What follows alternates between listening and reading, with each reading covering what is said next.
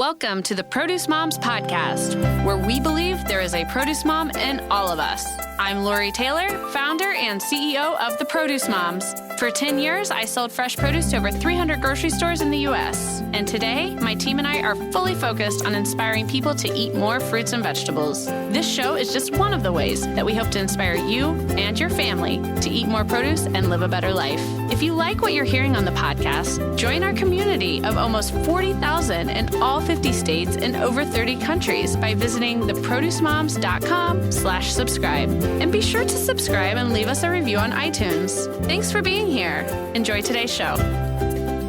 Hello, everybody, and welcome back. This is the Produce Moms Podcast. My name is Lori Taylor, and oh, what a joy it is to host this show. Today, we are talking about a really cool topic. I subscribe to like hundreds of industry newsletters and media journals and all sorts of things. At some point in my career, I subscribed to the Black Walnut newsletter that is put out by the great people at Hammons Black Walnuts. And they sent this email, I think it was like right before the holidays, about foraging and how this is such a hot trending thing and in American cuisine and agriculture. And I immediately, my heart exploded because I'm born and raised in Indianapolis, Indiana. Black walnuts are a real thing here. If you're walking outside, if you're jogging at certain times of the year, you're literally having to, what is that called? Hopscotch your way through the sidewalk so that you don't twist your ankle on the black walnuts that are everywhere. So I'm very familiar with this amazing tree nut, and I'm a huge fan of it. I use it in my home. We love walnuts too, but black walnuts have a really, from my point of view, they're like this, kind of like the Cadillac of tree nuts. And we've done a lot of baking with them in my home kitchen, and I can tell a true difference in the flavor. So I thought, after receiving that email about the foraging and all things black walnuts, I thought, my goodness, I've got to get the Hammons on the Produce Moms podcast. So that's exactly who we're welcoming today. Brian Hammons. He is the president of Hammons Black Walnuts, third generation family farming. Amazing. Gotta love these incredible heritage style stories that are rich throughout our domestic agriculture industry. So it's going to be great to welcome Brian on. And Brian is also joined by his wife, Kimberly Hammons. And Kim, from what I understand, no one cooks with black walnuts like Kim. So stay tuned, folks. We are going to learn a lot. We're going to learn a lot about this incredible, the incredible black walnut. And hey, hopefully Kim will share some of those baking tips. But with that, Brian, I'd like to welcome you first to the show for self-introductions and say hello. Hi, Lori. Thank you so much. I love your enthusiasm and your energy around black walnuts. Oh, well, I'm an Indiana girl, Brian. Correct me if I'm wrong, but I feel like they're everywhere here. Good wild black walnuts are all over the Midwest. Okay, Indiana. That's what I thought. That's great. Well, it's great to be with you. We've been around black walnuts in my family for 75 years, almost 76 now. My grandfather started it. Had a grocery store here in the little town of Stockton, and I kind of grew up with it. My dad was leading the business while I was young, and I got to work in a lot of different ways throughout the plant and helping him, and went to college, got a marketing degree, and then went to law school, and decided that did really well with that, had a great opportunity. But the opportunity with family business and small town and a unique product like black walnuts was just something couldn't pass up. And so we've been doing this for a number of years now, and really excited about it, and excited to talk more about black walnuts and how unique they are, and how great they are as a food product. Oh, Brian, it's going to be such a great episode. And you mentioned Stockton. That's in Missouri, correct? Yes, Southwest Missouri. We're not too far from Springfield, Missouri. Got it. Okay. Well, thank you. And Kim, welcome to the show, Brian's wife. And hey, from what I understand, no one can bake with black walnuts like you can, Kim. Well, thank you for having me. And I don't know if I would go so far to say as I'm the only one who's the best baker of black walnuts, but I certainly know how to cook with black walnuts, and they're a joy to work with as an ingredient because they just add so much more flavor to any recipe that you use them with. Yes, it's great. Well, welcome to the show. We are glad you're here. And you know what they say. I mean, Brian, president of Hammons Black Walnuts, third generation, behind every successful man is an incredible woman. So Kim, thank you for joining us. And I can't wait to hear more from you as well. And Brian, let's kick this show off and let's talk about Hammons Black Walnuts, that third generation of heritage, and just tell us more. Yeah. Black walnuts have been around for a long, long time, and we hear a lot of stories. Even Lewis and Clark found black walnuts in Missouri as they came through many years ago and had some recipes there that we've discovered. But my grandfather in 1945 came back from the Navy and had a grocery store, and there was a company in Virginia that was looking for more black walnuts. These are wild nuts that grow in the Midwest and the eastern part of the country, too. Very different than the English walnuts that we'll talk about here in a minute, the distinctions, but those are from California. But these wild nuts grow all over, and Missouri has a lot of them. So this company wanted somebody to buy black walnuts for them. And so they connected with Ralph and found out that he was a pretty good businessman and honest and good to work with. And he did that. And the next year, he looked around and said, there's maybe an opportunity here. Well, the company in Virginia went out of business. And so he went to Tennessee and bought a cracking machine. He brought a black walnut cracking machine back to Missouri, started shelling his old black walnuts, and had some people from the store that helped him with that. First year, they shelled about 100,000 pounds. Wow. Of black walnuts. That's a lot. That is a lot. It was a lot at that time. Worked with some really good people in marketing and developed market in the St. Louis area and all over the Midwest, and grew it. And now we can process about 100,000 pounds in a day. So that works out well.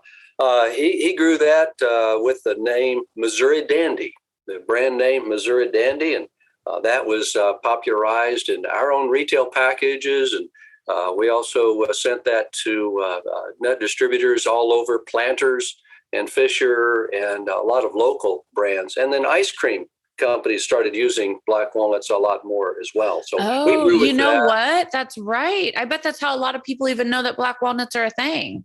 Yeah, right. Black walnut ice cream is very popular regionally, and Baskin-Robbins has it. And in your area, Kroger would be a strong brand, probably Mayfield and some others too. Yeah. Okay. I didn't even think about the impact that, like the packaged goods industry, like ice cream would have on your crop. I'm glad you brought that up, and for sure can connect the dots with that, because I've ordered the black walnut ice cream at Baskin-Robbins, but yes, of course. Okay. So let's talk about that newsletter that I received that really spurred my outreach. It was talking about foraging foods. So I know from, my introductory remarks, like there's certain times of the year here in Indiana where these black walnuts are literally everywhere, all over the sidewalks and like in heavily wooded areas. And the best way I would describe for anyone who has never seen a black walnut when it's fallen from the tree, it's like a really hard yellow baseball.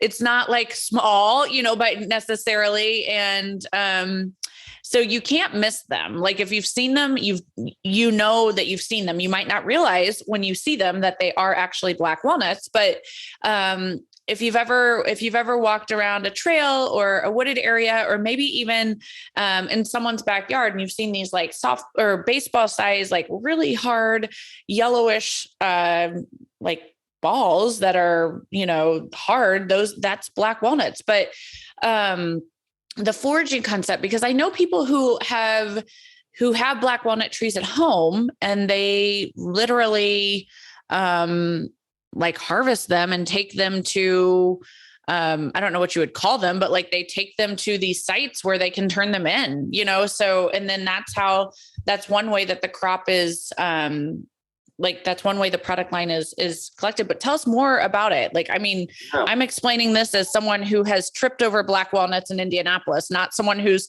3 generations into a business about it. So, well, you have some good insights and okay. some practical things that people can notice around. But yes, here in the Midwest, during October, usually is the month when these nuts are falling from the trees. Wild black walnut trees grow in yards and fields all over the Midwest. Some of those are in cities, some small towns, and some pastures. And you can see these nuts forming during July and August and September. And then they drop from the trees in usually 1st of October through the month of October into early November. And those nuts, if you don't pick them up quickly, they'll turn black and mushy, and they'll get even harder to pick up. And people do pick them up, and then they get their hands black, which is kind of an interesting thing. But really, that is the whole source of our supply for the black walnut nut industry. It's all a wild crop that people are picking up in yards and fields and then taking them to a local buying station. We set up local stations in about 210, 230 locations, somewhere in there, throughout about 12 states in the Midwest. And Missouri is the largest producer of black walnuts. About 60% or so of our harvest comes from there most every year. But Indiana is pretty strong also, and Ohio and Kentucky, right there in that Midwest area. Have a lot of concentration of black walnut trees. And we put a buying station in those areas, maybe every 40 or 50 miles. Here in the Midwest, a bigger concentration, they may be every 15 miles or 20 miles or so. Wow. But we publicize the fact that those stations are available to receive black walnuts, to provide a market for folks to pick up these wild nuts and to sell them. And we put that information out on the website, in some areas, some television, and other ways that we promote that. And sometimes it's in a lawn and garden center, sometimes in a small grocery. That makes sense. Yeah, some place where people are doing business normally, that it also supplements that business's income and is a service to their customers, to provide that opportunity to both get rid of the nuts that are falling in the yards, but also to provide some income for those folks. So 100%. So this is 100% wildly sourced. It is at this point. One of these days we may have some orchards of black walnuts that landowners are planting in the Midwest. But right now, that's a very small percentage. We market those separately. Okay. From the wild black walnuts. Yeah. So I think that, Brian, I feel like the other mainstream produce department item that people can kind of connect the dots with this wild sourcing model would be morel mushrooms. I guess so. Most of the morel mushrooms that I see or hear about, somebody has gone out into a secret place and found them. Right. And I don't see them in stores very much, but I guess in farmers markets and produce stores, they could be there. Okay. Yeah. Got it. So do you consider this, did I comprehend the email correctly and represent it correctly? Is this like foraged food? Is that what you would consider this? Yeah. I think foraged is a good word for black walnuts, because people go out and they find them, they pick them up. Sometimes they know where the trees are every year. They're in their yards and they're always going back to that same tree all the time. And you pretty well know when the nuts are going to be falling. It's a little different than mushrooms, where there's a really tight window there. Sure. But you do go out, and there are people who go door to door asking if they can pick up the black walnuts, and they really count on the extra money that they can make by picking up these black walnuts. Yeah. Right. And so you mentioned that I mean, the way I described them, they are kind of a yellowish color when they fall, and then they go to this black color. And so how long does it take? Like from the moment these wild black walnuts fall from the tree, how much time do the foragers have to collect them before that black walnut's going to turn black? Practically, you've probably got a couple of weeks before it really starts turning very black and mushy. We encourage people to pick them up pretty soon after they fall. They're easier to pick up. Actually, they're the better quality that way too. I imagine picking them up when they're green before they start to turn black and mushy.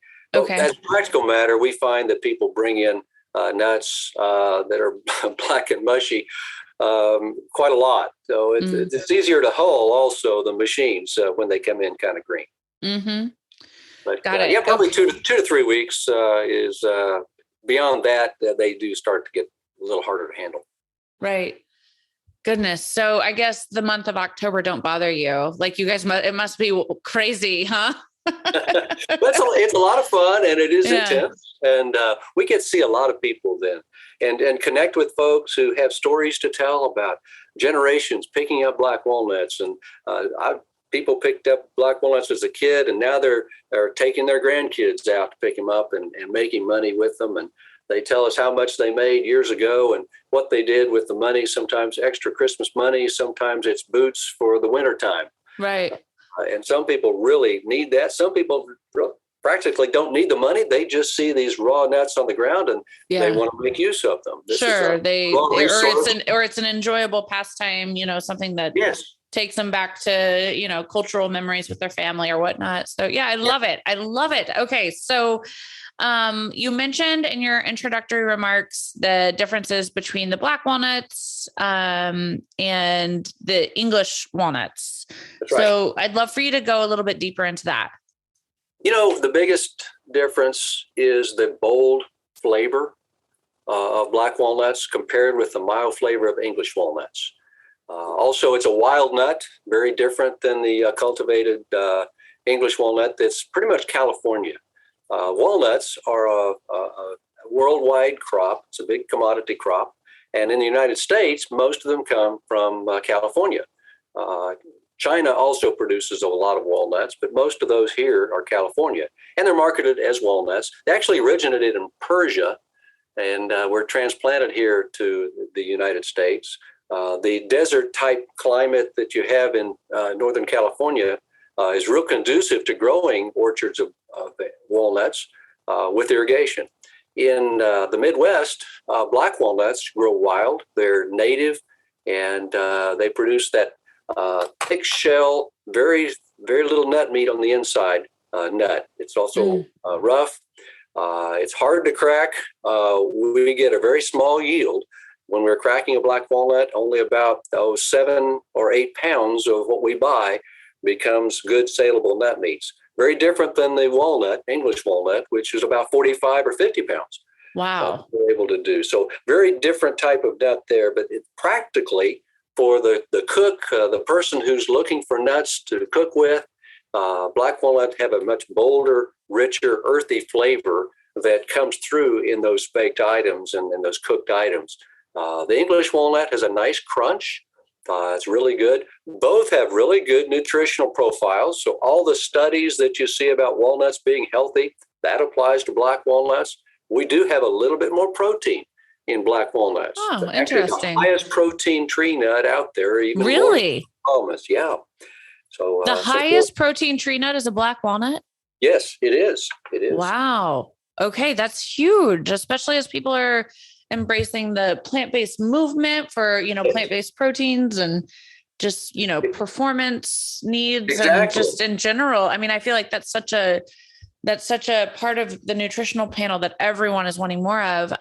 Okay. So that's fascinating. Do you guys also have the omegas that, okay. We have some omega-3s, maybe not quite as much as English walnuts, but we're strong on omega-6s. Okay. So the omega fatty acids is the primary profile. There's no cholesterol. And there's some good nutrients in there too. So real positive nutritional message. We've actually begun doing a protein powder, even with some of the defatted. I love it. Where do people buy that? That sounds like something I need for my, I've got a 14-year-old son and he's wanting all these supplements and I'm like dragging my feet on it because I don't want him eating all that. I don't want him consuming those supplements. Like so many of them have, I'm not comfortable with the ingredient profiles, but something like a black walnut protein powder, I would be all in on that. We have that on our website right now, black-walnuts.com. Okay. So you can order them directly from us. That's probably the easiest way to get them right now. We're looking at some other markets as well. Awesome. Okay. So this is, so I've totally just learned so much, Brian. I've got to get Kim on the show though, to talk about, the application once you bring them home. But let's also help people understand, so that you've explained the process wonderfully, but I just still find myself like baffled that Hammons Black Walnuts for 3 generations, you have been selling a wildly sourced food. I mean, do you have nationwide distribution? Like, how does that even, do you get enough, these yields that you were explaining? I mean, I guess I'm just amazed that you've been able to stick with it, be profitable. It's amazing.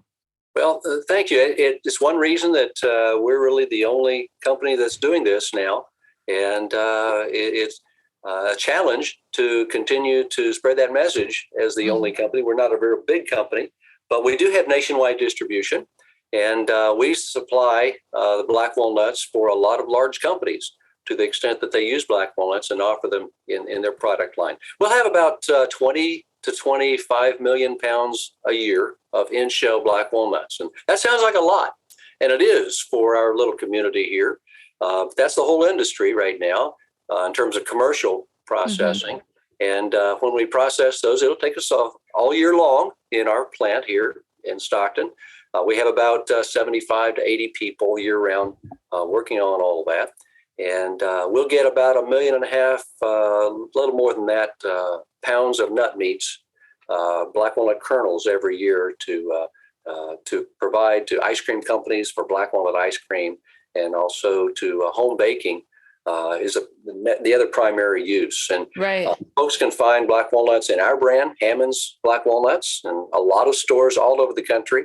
Walmart's probably the biggest that you can find most everywhere, but a lot of regional grocery companies, some have them year round, some have them just during the fall of the year in produce departments. Sure. And that's probably most typical. But we also supply to other companies that put them in their bags, like a private label. Fisher, a private labels with like Kroger, or Fisher or Diamond would be a brand name that would be out there quite a bit. And some others too. If you see black walnuts in a package somewhere, those probably came from us, because we would be the commercial processor and observing all the food safety requirements and regulations, and so people can count on them being healthy and free of any problems. Okay. I have one last question. So you mentioned the Missouri and other Midwestern states, like are black walnuts, do they grow wild in other parts of the nation or other parts of this world? Or is this the highest, like, leading region for the world? This is pretty much it. This is the black walnut breadbasket, if you will, right here in the Midwest. Yeah, it's very unique, and there's not a lot of awareness about black walnuts in other parts of the world, which limits the market potential, because the flavor is so much more robust and rich, and it's different than what folks might be expecting from simply a walnut.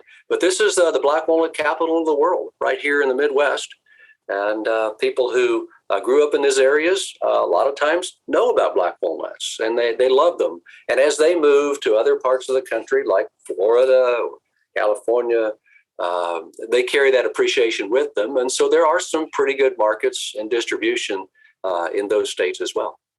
And I have to imagine that chefs love the product too. They especially really pastry do. Chefs. I mean, once they discover black walnuts, they have imagination and creativity that can make use of that bold flavor in a lot of different applications. Sauces, salads, toasting them, as well as the traditional baked dessert items. Yeah.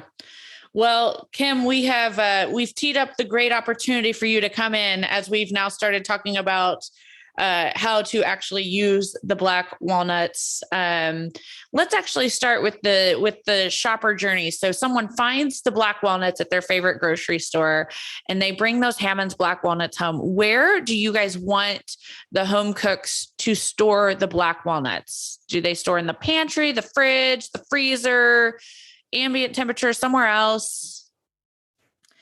Well, Lori, it would depend on what they were going to use the black walnuts for. Like me in our household, I use black walnuts regularly. So I just take the bag that I buy at the store that's already resealable and just keep it in the door of my refrigerator. So it's really handy for me to use that. I could just pop it out and throw it in whatever recipe I'm using. For those who use it just maybe generally throughout the year, not regularly, the freezer's a good place. Will last over a year in the sealable bag in the freezer. So I don't know that I would recommend just putting them in the pantry. There's something about them being in a cool place will make them stay fresher and keep that bold flavor a little longer. I love that. So I've heard amazing things about what you create and do with the black walnuts in the Hammons home kitchen. So share some more insight from with our listeners about how you like to use your black walnuts in your home kitchen. Well, traditionally, a lot of people who enjoy black walnuts use them for desserts. Use them in brownies, fudge, and cakes. And one of my go-to recipes is a fruit crisp with a black walnut crumble on it that everybody enjoys. But I think one of the things that I love about black walnuts, enjoy so much about them, is it's such a versatile ingredient. I tell people you can use it anywhere from your hors d'oeuvre to your dessert and everything in between, because it's such a versatile ingredient, and it just adds so much to whatever you're cooking with. A lot of people don't necessarily use it as a hand to mouth, like a snacking nut, which I do because I just enjoy the flavor, but some people find that flavor too bold for them. But as an ingredient, it's just amazing how much more it adds to whatever you're cooking with them, and the flavor profile that it does. To me, there's nothing more enjoyable than when I'm sautéing something and then I throw in the black walnuts, and then that aroma and flavor of that, they're just blending together, creates just a wonderful palate for your nose, and then knowing that it's going to taste just as wonderful as it smells. Sure. Some of the things I do, one of the very easiest is dressing up green beans. I have a sister who actually can, so I'm really fortunate that I get canned green beans, fresh canned green beans, and right. I will throw a handful of black walnuts in there, and it's amazing how wonderful that just adds that much more flavor to a can of green beans. Another vegetable that it does pair really well with is broccoli. I have a favorite recipe that I put broccoli and black walnuts and a little bit of fennel seed with it, and it just marries so beautifully together. In fact, one night I didn't have black walnuts, and we did that, and it didn't taste. Both Brian and I said, this didn't taste as good as we remember it to be. It's amazing how much more black walnuts add a flavor to it. We were really surprised ourselves. Kim, how does the Hammons family kitchen run out of black walnuts? Unfortunately, I've had done that before because somebody forgot to bring a package home. Oh, Brian, you're thrown under the bus. I love it. Yeah. We got to bring the work home sometimes. I get it. Well, no, I mean, Kim, these recipe suggestions are fantastic and great examples of the versatility outside of the baked goods. So I'm looking at your website right now, and the recipe tab, there's a couple of things that you're showcasing right now. The black walnut cheese ball sounds amazing. And then you've got this Ozark pasta with black walnut, spinach, and goat cheese, which also is just like calling my name. Have you ever made pesto with the black walnuts? Yes, I have, and it makes a really wonderful pesto. In fact, we should have a recipe somewhere on our website for that pesto. So yes, it's just wonderful, especially when you add mushrooms and other things with it, because of those. To me, you mentioned earlier that you feel like black walnuts have kind of a cherry flavor. I look at it more of I tell people, if ever eaten a portobello mushroom, yeah, that earthy, full flavor that a portobello mushroom, that's kind of, to me, the same flavor profile that I get at a black walnut, which then I think why black walnuts pair with meat so well. I have done things where I've enrobed a pork tenderloin, or I've taken our prime rib and ground up the black walnuts and used that as like a crust over it as well. So there's, it's that's what I mean by it's so versatile. There's so many ways that you can do. You can encrust a fish with black walnuts, and it'll taste wonderful. There are just so many applications that you can use with black walnuts. And I think that's one of the things that sometimes I find frustrating when I look at a recipe and they call for walnuts. They don't distinguish between an English and a black walnuts. And there's a very big distinction between English and black walnuts when you use it in a recipe. But most recipes, when you get them, they'll just say walnuts. And one of the things one of the things that, where you would need a cup of English walnuts, you would only need a cup, like a half a cup of black walnuts. because it adds that just much more bold flavor to it, that it goes further. Of course, baked goods, cookies. One of our favorite things to take to shows and such is a oatmeal black walnut cookie. I know, that sounds so good. Yes, it is very good. A lot of people think of black walnuts during the holiday seasons, of course. But, one of the things I would love for people to realize is that it can be used year round, and there's just so many things that you can use it for. But it's hard to get the word out. And I appreciate you giving us this opportunity, Lori, to. Oh, Kim, it is truly my pleasure. I mean, I am so thankful that you and Brian have come on, shared some time and insight with us, because I find this food item just absolutely fascinating. I think it's amazing what your family has done.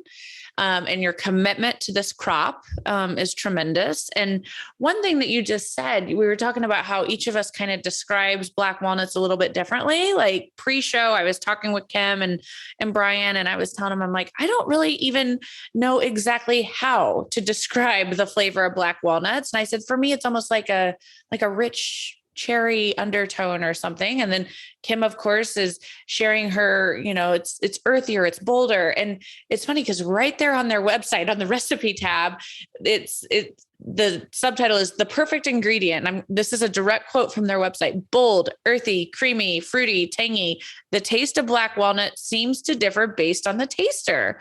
Amazing. That's how you and I probably had those two primary, our primary takeaway for the flavor profile was quite different, Yes, it's just a wonderful ingredient to work with that adds so much more to your recipe or whatever you're using it for. It just enhances the flavor. It complements the flavor. I think that's one of the neatest thing. It adds another depth and a layer to whatever it is that you're cooking. Instead of taking away from it, it just enhances it that much more.